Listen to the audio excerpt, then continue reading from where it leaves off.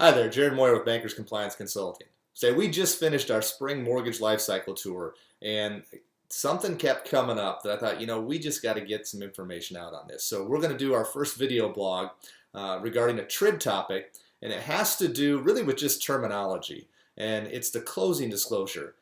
Whether it really didn't matter what the question was, but over this little tour, and we've taken some phone calls on it too now, a term that keeps being used is the initial, the early, or the preliminary closing disclosure. Well, that's not really a thing. You see, TRID says you need to provide a closing disclosure and it needs to hit my hand at least 3 days before closing. And so it sets up like this. You drop, let's just say today's Tuesday. If you drop that closing disclosure in the mail today on Tuesday, Wednesday, Thursday, Friday, it hits my hand, and that satisfies the mailbox rule. And what that means then is Saturday, Monday, next Tuesday, we can close that loan. Now, obviously, there's an opportunity to provide evidence of earlier receipt, and that's all in the rule. And we're not going to get into that today, but the idea is you're doing some work, you're creating a disclosure, and then you're sending it out to me about a week ahead of time. So you're supposed to have all this stuff nailed down.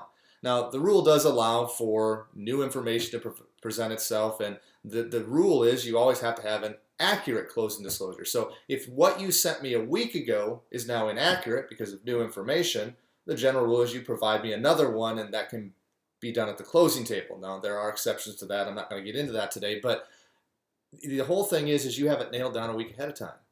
And so what's happening is, because we're a week out, we have loan officers and even some compliance people referring to that closing disclosure that you mail out as the initial or the early or the preliminary closing disclosure. There's nothing about that in TRID. You won't find that written anywhere. And so I think as an industry, we need to coach ourselves, coach lenders, that this is the closing disclosure. If we receive information that makes it inaccurate, we provide another one because we have to be accurate.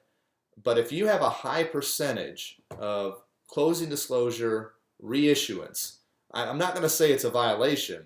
What I'm going to say is it's a red flag, and what we're going to look into is the reasons behind why your rate of redisclosure is so high. And it really depends on what's behind those reasons, whether or not you're going to have a legitimate issue. But the point I want to get here is we should stop referring to the closing disclosure as being initial, preliminary, or early, because that's not supposed to be the case. It's supposed to be the closing disclosure. So I would check with your lenders, do a little interviewing, maybe find out how you're referring to that, and just check into your redisclosure rates and find out where they're at, and maybe make a determination, do some research from there. So hopefully that helps you out, and good luck. Thanks.